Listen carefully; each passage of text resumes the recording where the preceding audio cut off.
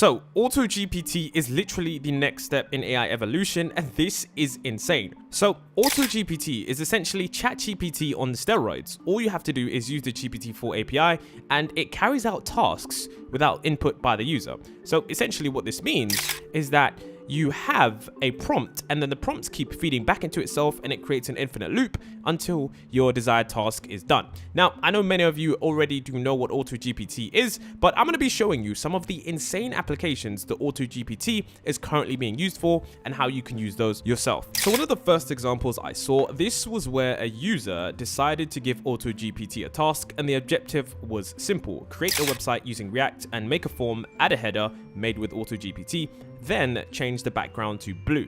And of course you can see that in the bottom right hand corner, AUTOGPT is working away. Now what's really cool is that you can actually see what kinds of prompts it's giving itself and how it's working itself through the task, just like how a human would. And then of course on the left, you can also see the screen being made. Now zoomed in here, you can also see the reasoning, the plan, and the criticism. And of course, like we said before, this is the entire feedback loop that AUTOGPT is doing. Now, the reason this makes it so effective is because it doesn't need any more human intervention, which means that you now have AI agents which can work on your behalf, and this just cuts your workload by around 80% because the AI is going to be able to string together a bunch of things and then execute the task. And I find this very, very interesting because we've already seen examples of where this has been very, very effective. So I wonder if prompt engineering is going to die or we're going to be seeing the rise of AI agents. Here's another example, and this one is with a much better user interface. You can see this is called AUTOGPT. Someone is creating HustleGPT, and of course you can see the goal is to create a startup with only $100 of funding and then of course make it a success. Now, what's cool about this is you can see every single task being planned out, and you can see how the AI actually researches its plan and how it calculates and makes its decisions. Even you can see that it's able to do research and it's able to effectively come up with certain solutions to problems that you didn't even know you had, which I find that is one of the most effective things. Now I'm going to show you how you can actually use this right now. So you can all see right here that this is Agent GPT, where you can literally just go ahead and name your agent. So let's say we call it YouTube GPT, and let's say increase viewers on my AI YouTube channel, okay? And then of course you can see right here, I can then deploy the agent. So then you can see it's embarking on a new goal: increase your viewers on my AI focused YouTube channel, the AI grid. Now, of course you can see right here, analyzing viewer data, creating competitive video content. It's absolutely insane. Okay, now you can see that it's thinking, and of course you can restart this if it's, you know, taking too long. Now what's really cool about this is you can have many different research tasks. You can, you know, I guess you could say configure this in whatever you want. Okay, maybe you could find a job online where, you know, something that you need to do, you could just completely automate this task. So yeah, you can see right here, identify popular AI related conferences and create promotional videos or presentations. This is definitely really interesting to see how these tasks are done and just how effective this is going to be in the future. Because remember, like I said, we're still pretty much in the early days of AI, in the sense that companies are now just starting to get the ball rolling. Now, if you're enjoying this video, don't forget to leave a like and subscribe. But there's also something later on in the video that we do want to discuss, which is Microsoft's tool, which is kind of like AUTOGPT, but that'll be discussed a bit later.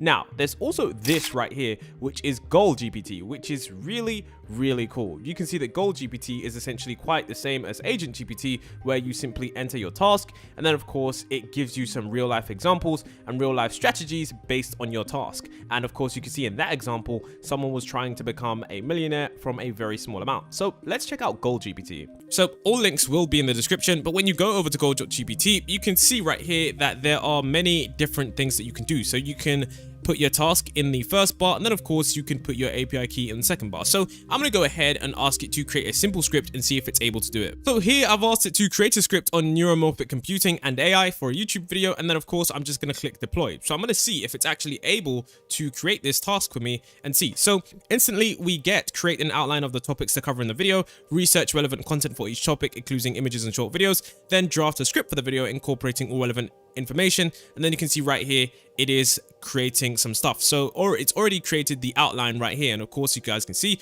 it's created the outline of the video, yada yada yada, a brief overview on the challenges and posed, And then of course it says, finally, describe some efforts to accelerate innovation in the field, including some special programs developing some new technology. So I'll get back to you once this is all done. So I've left this AI bot running for just about around 2 minutes, and you can see right here exactly what it's been able to do. It's actually given me a lot of information that I actually didn't know. It's shown me some real life examples, such as in the University of Manchester, they're using neuromorphic computing to model brain activities. And essentially, if you don't know what that is, essentially neuromorphic computing is just where they're trying to design chips that basically replicate how our brain works and just make them pretty much just 100 times more intelligent and more faster than our currently designed computer chips. So this is honestly insane. You can see right here, it's researching the relevant content and then drafting a script incorporating all the relevant information. Then it's giving me real life examples, and it's also saying organizing the outline so it's easily understandable for the viewers. Then of course, write a clear narrative for the video so it smoothly transitions. Then it says incorporate examples again.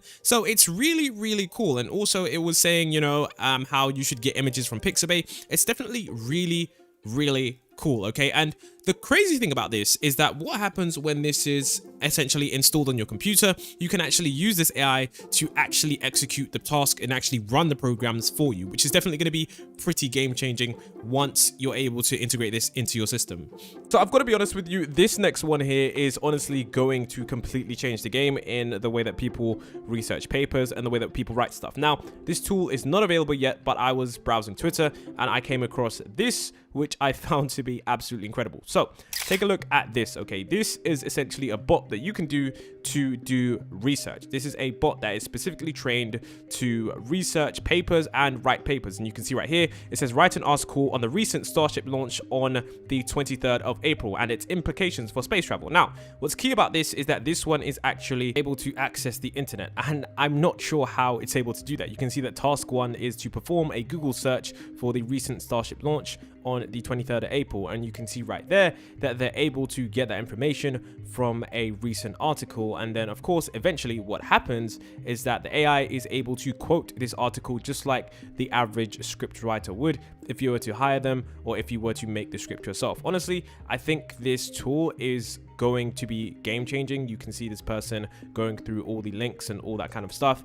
And the task list is really, really good. And you can see at the bottom, it does also have a bar of the completed tasks. And if I'm being honest with you, the output that you can see right here looks very, very effective. I mean, if you're someone who is trying to generate scripts quickly, maybe for your blog, maybe for your article, I'm pretty sure news agencies are going to be literally using this because you can see that it's able to cite these sources as well in the exact way that sources would likely be cited in a traditional article. So this tool currently hasn't been released yet. The person who's created the tool has said that it's going to be released next week. If it is released next week, I will cover this, or maybe I'll just leave a link in the description when we do the weekly roundup of AI. But this was one of the tools that I genuinely found to be sort of groundbreaking in the sense that it can really help out in some mundane tasks, and the fact that you can access the internet is something that many tools don't do, and even when they do it, like Bing, they just don't do it effectively at all. Could try it for yourself. But anyways, let's take a look at this one right here. So this one is very, very interesting. So this one is specifically designed for research as well,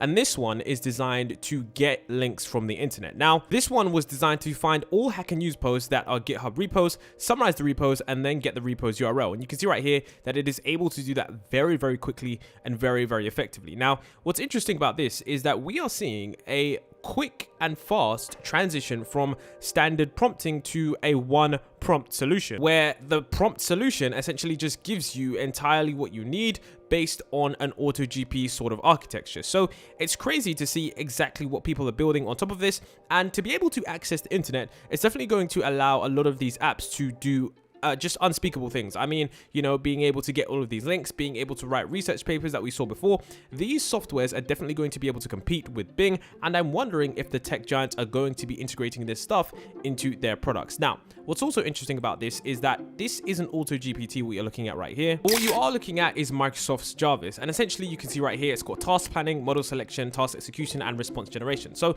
some people could argue that this is essentially like AutoGPT, but I'm wondering if Microsoft is going to refine this process and then actually release something where they actually call it Jarvis on Microsoft computers that's literally going to be able to do any task. And I do think that if they do that in the future, that is going to just put them miles and echelons ahead from Google. So it will be interesting to see how quickly this software does develop, because boy oh boy, things are getting really, really interesting. And I think once again, we're starting to see the rise of AI tools that are really going to wipe out certain industries and certain parts of the workforce, because it just seems to do things much more effectively and much quicker than the average person simply can.